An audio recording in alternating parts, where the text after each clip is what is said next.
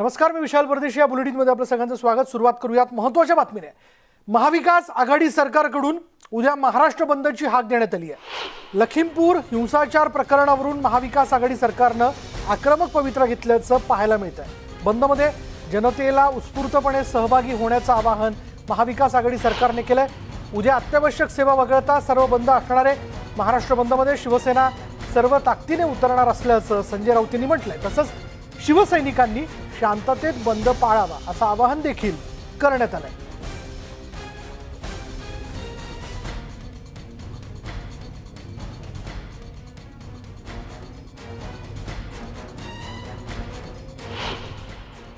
लखीमपूर खिरामध्ये जी निर्घृण अमानुष असा जो प्रकार घडला शेतकऱ्यांच्या बाबतीत, त्याचा निषेध, त्याचा धिक्कार म्हणून जो बंद आपण पुकारलेला आहे, त्या बंदला महाविकास आघाडीतील तिन्ही घटक पक्ष सक्रिय पाठिंबा देत आहेत. खास करून शिवसेना या बंदमध्ये सहभागी आहे की नाही असे प्रश्न नेहमी विचारले जातात, पण शिवसेना या बंदमध्ये पूर्ण ताकदीने उतरणार आहे. महाराष्ट्र बंद शिवसेना, राष्ट्रवादी काँग्रेसने जे दिल्लीच्या परिसरामध्ये जे शेतकरी आंदोलन करत होते त्यांना तिथं चिरडण्यात आलं. शेतकऱ्यांना चिरडण्यापर्यंत मजल आज राज्यकर्त्यांची गेलेली आहे आणि त्याच्यातनं आरोपी सापडत नाही. कोण म्हणतं नेपाळला पळून गेले, मंत्र्यांची मुलं आहेत. याही गोष्टीचा कुठं विचार केला पाहिजे. शेवटी मी अनेकदा सांगतो, बाबांनो, आपली जात ही शेतकरी आपली जात आहे. बाकीचा आपण कुठला विचार करता कामा नये.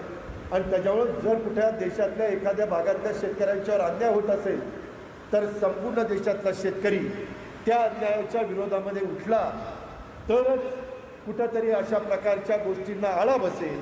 बंद जो आहे तो शेतकऱ्यांच्या समर्थनार्थ बंद महाराष्ट्रामध्ये महाविकास आघाडीने पुकारलेला आहे. मग लोकांना अपील आहे, विनंती आहे की शेतकऱ्यांचा आवाज दडपण्याचा जो प्रयत्न होतो आहे, शेतकऱ्यांचे निर्णय घेण्यासंदर्भात केंद्र सरकार चालढकल जे करत आहे, आणि म्हणून आपल्याला शेतकऱ्यांच्या समर्थनार्थ आपल्याला बंद उद्या करायचं आहे की त्यांचे प्रश्न जोपर्यंत मार्गी लागत नाही तोपर्यंत आमचं आंदोलन चालू राहील. आणि उद्या ती सुरुवात बंदच्या माध्यमातून आम्ही करत आहोत. आणि याच बंदबद्दल आपण बोलणार आहोत. व्यापारी असोसिएशनचे पदाधिकारी वीरेन शहा आपल्याबरोबर आहेत. वीरेन शहा, आपला या उद्याच्या बंदला पाठिंबा आहे का? देखिए, जिस प्रकार से फार्मर का किलिंग हुआ है उसका हमारा विरोध है, लेकिन बंद के लिए हमारे दुकानदार अभी तक समर्थन नहीं है, क्योंकि बहुत मुश्किल से दुकानें पटरी पे आई है और करीबन 18 महीने से लॉकडाउन, इन एंड आउट, उससे बिजनेस को असर हुई है. पगार नहीं दे पाए हैं, टैक्स नहीं दे पाए हैं, और अभी दिवाली और नवरात्रि का मौसम है, उसमें ग्राहक कस्टमर्स बाहर निकल रहे हैं शॉपिंग के लिए. ऐसे में बंद का ऐलान करना मुश्किल है.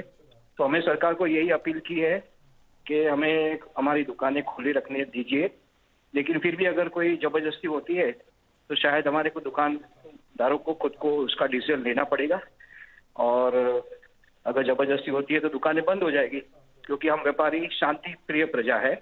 हम चाहते हैं कि हमें शांति से बिझनेस किया जाए. म्हणजेच वीरेन शहा, उद्याचा बंद त्याला पाठिंबा देणं किंवा दुकानं बंद ठेवणं यावरनं आपल्या व्यापाऱ्यांमध्ये संभ्रम आहे का? नहीं, बंद का सपोर्ट नहीं है, और हमारी दुकानें खुली रहेंगे, लेकिन अगर कोई जबरदस्ती बंद करेंगे तो शायद दुकान बंद कर देंगे. धन्यवाद आमच्याशी बोलल्याबद्दल. आपल्याबरोबर व्यापारी असोसिएशनचे पदाधिकारी वीरेन शाह होते. त्यांनी थेट म्हटले बंदला त्यांचा पाठिंबा नाही आहे. गेल्या 18 महिन्यापासून कोरोनाच्या सगळ्या वातावरणामुळे व्यवसाय जो आहे तो आत्ता कुठे दुकानं सुरू झाल्यानंतर पुन्हा एकदा पूर्वपदावरती येताना दिसतोय. अशावेळी आठवड्याचा पहिला दिवस, आज रविवार तर सुट्टी असते मार्केटला, काही ठिकाणी मार्केट सुरू असतं, आणि उद्याच्या दिवशी हे दुकान बंद ठेवणं हे परवडण्यासारखं नाही आहे. असंच एकूण सूर जो आहे तो या व्यापारी असोसिएशनच्या माध्यमातून दिसून येतोय. दुसरीकडे नितेश राणेंनी उद्या होणाऱ्या महाराष्ट्र बंदवर टीका केली. अजित पवार मंत्री असताना मावळमध्ये गोळीबार झाला होता. त्याचं काय झालं असा सवाल त्यांनी विचारलेला आहे. उत्तर प्रदेशातील शेतकऱ्यांसाठी बंद पुकारण्याऐवजी महाराष्ट्रातील शेतकऱ्यांकडे पहा असा सल्ला त्यांनी दिला आहे. काही वर्षा अगोदर हेच अजित पवार साहेब जेव्हा उपमुख्यमंत्री होते तेव्हा मावळला शेतकऱ्यांवर गोळीबार झालेले. कुठल्या तोंडाने हे उद्या बंद करायला मागतायत हे मला तर अजूनपर्यंत काय कळलेलं नाही. कळलं ना. म्हणून जे काही उत्तर प्रदेशमध्ये झालं ह्यापेक्षा तुमच्या महाराष्ट्रामध्ये आमच्या शेतकरी कसा अस्वस्थ आहे, मराठवाड्यामध्ये मदत हवी आहे, त्याबद्दल तुम्ही काय बोलत नाही. मराठवाड्यामध्ये शेतकऱ्याला दुसऱ्या सकाळ दिसेल का असा प्रश्नचिन्ह निर्माण झालं आहे. कोकणातल्या पूरग्रस्तांना अजूनपर्यंत तुम्ही मदत दिलेली नाही आहे. हे सगळ्या गोष्टी तुमच्या हातात एवढी मोठी जबाबदारी असताना कुठे उत्तर प्रदेशकडे बघताय. म्हणून तुमच्या महाराष्ट्रामध्ये बसलेला शेतकरी हा तुमच्यावर चिडलेला आहे, हा नाराज आहे, हा रोज थोडा थोडा मरतो आहे. ह्याबद्दल थोडा विचार करा आणि मग हे सगळ्याची बंदची हाक द्या ना. उद्या महाराष्ट्र बंदमध्ये नवी मुंबईतील एपीएमसीच्या 5ही बाजारपेठा बंद राहणार आहेत. भाजीपाला, फळ, कांदा, बटाटा, अन्नधान्य आणि मसाला मार्केट उद्या बंद असेल असं कळतंय.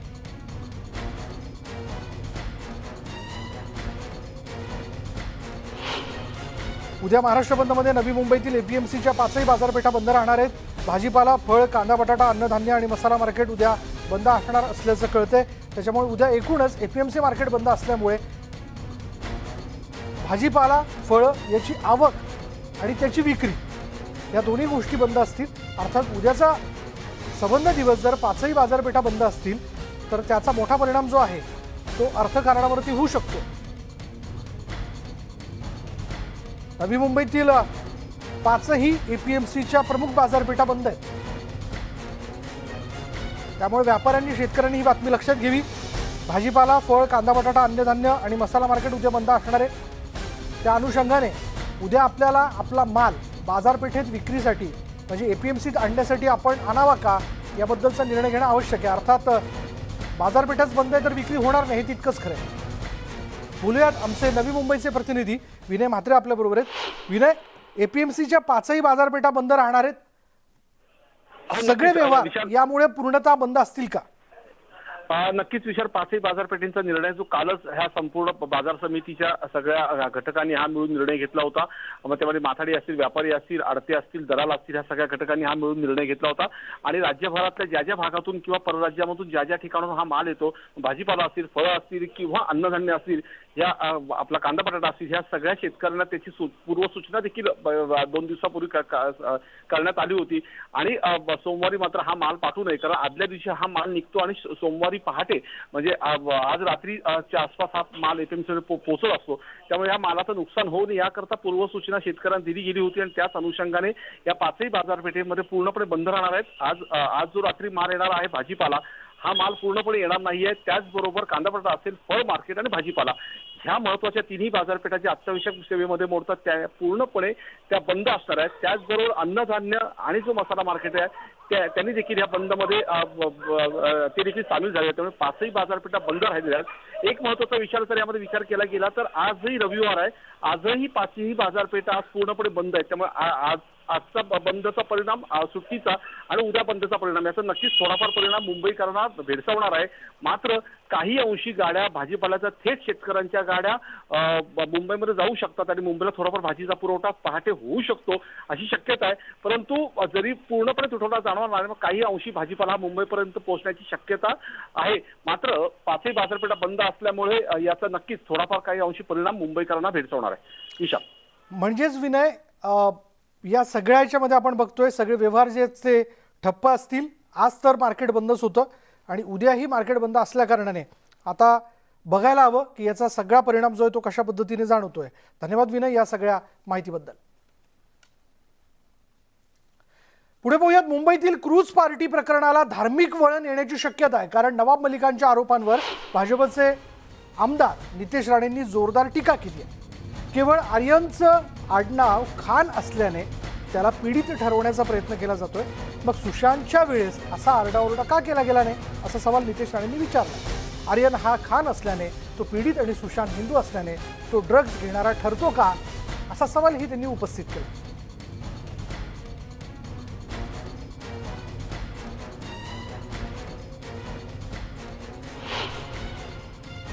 नवाब मलिक विशिष्ट काही मुद्द्यांवरच कसं का बोलतात? काही आडनाव आले तरच नवाब मलिक का बोलतात? नवाब मलिक फक्त खान या आडनावाच्या वेळीच एवढी तळमळ का दाखवत आहेत?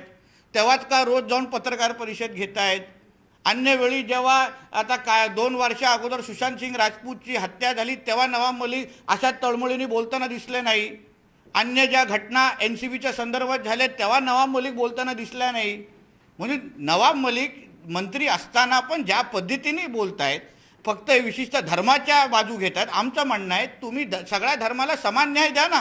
तुम्ही जो न्याय खानला देताय तो न्याय राजपूतला पण द्या, एवढंच माझं म्हणणं आहे. तर कारण आहे त्यांना फसवण्याची. मला वाटते की भाजपनेही हे सगळं फ्रेम केलेलं आहे. तर ज्या पद्धतीने भाजपचे नेते बोलत आहेत याच्यातून सिद्ध होऊ लागलेलं आहे. मी नितेश राणेंना इतकंच सल्ला देतो, सावध राहा. कधी तुमच्या घरात कोणी घुसेल आणि तुमचीच लोक कुठे तुरुंगात जातील काय, हे पण आपण सावध राहिले पाहिजे. तुम्ही राष्ट्रवादी नाही तर नवाब मलिक साहेब त्या ठिकाणी जो मुद्दा मांडत आहे त्यांचं एवढंच म्हणणं आहे, कुठलाही व्यक्ती असला तर त्याचा भेदभाव करू नये. जर एखाद्या व्यक्तीला तुम्ही आत घेतला असेल, कारवाई चालू असेल, तर ज्यांना सोडले ते कोण सोडले, का सोडले, याचीसुद्धा शहानिशा त्या ठिकाणी केली पाहिजे. का जेव्हा एखाद्या बोटीवर 100-200पेक्षा जास्त मुलं मुली त्या ठिकाणी असतात आणि ठराविकच लोकांना पकडलं जातं आणि त्याच्यातसुद्धा ठराविक लोकांनाच तिथं जर अडचणीत आणण्याचा प्रयत्न केला जात असेल तर मग बाकीच्यांना का सोडलं? कारण का आपल्याला संदेश काय द्यायचा आहे की जर अशा प्रकारे कोणाच्या हातामध्ये, आता आपण कोर्टामध्ये सुद्धा बघितलं तर त्याच्या हातामध्ये नव्हतं, त्याच्याकडे नव्हतं, तो बोटीवर पण चढला नाही. बघा, मी त्याचा काही अभ्यास केलेला नाही कारण मी त्याला ओळखत नाही ना कुठल्या ॲक्टरला त्या ठिकाणी ओळखतो. माझं एवढंच म्हणणं आहे, जर कारवाई होत असेल तर सगळ्यांना समान न्याय त्या ठिकाणी असावा. पुढे पाहूयात. मुंबई महापालिकेची आगामी निवडणूक शिवसेना स्वबळावर लढणार असल्याची माहिती शिवसेना खासदार संजय राऊत यांनी दिली. शिवसेनेनं 100 जागा जिंकण्याचं उद्दिष्ट ठेवल्याचंही संजय राऊत म्हणाले. राज्यात आणि मुंबई शिवसेना सर्वात मोठा पक्ष आहे, त्यामुळं आम्ही आगामी मुंबई महापालिकेची निवडणूक एकट्यानं लढणार असल्याचं राऊत म्हणाले. गेल्या काही वर्षांपासून मुंबई महापालिकेवर शिवसेनेची सत्ता आहे. पुढील काळातही मुंबई महापालिकेवर शिवसेनेचाच महापौर बसणार असल्याचा विश्वास त्यांनी व्यक्त केला. राज्यात महाविकास आघाडीचा प्रयोग यशस्वी झाला असला तरी संजय राऊत यांनी मात्र मुंबई महापालिकेत एकलाच्या लोरेचा नारा दिला. मुंबई महापालिकेत 227 जागा आहेत. दरम्यान गेल्या काही महिन्यांपूर्वी काँग्रेसनंही पालिका निवडणूक स्वबळावर लढण्याची भूमिका घेतली होती. त्यामुळे आता शिवसेनेनंही आता स्वबळाचा नारा दिला आहे. राज्यातील सत्तेत तिन्ही पक्ष एकत्र असताना आता मुंबई महापालिका निवडणुकीत महाविकास आघाडीत बिघाडी होणार का हेच पाहावं लागणार आहे.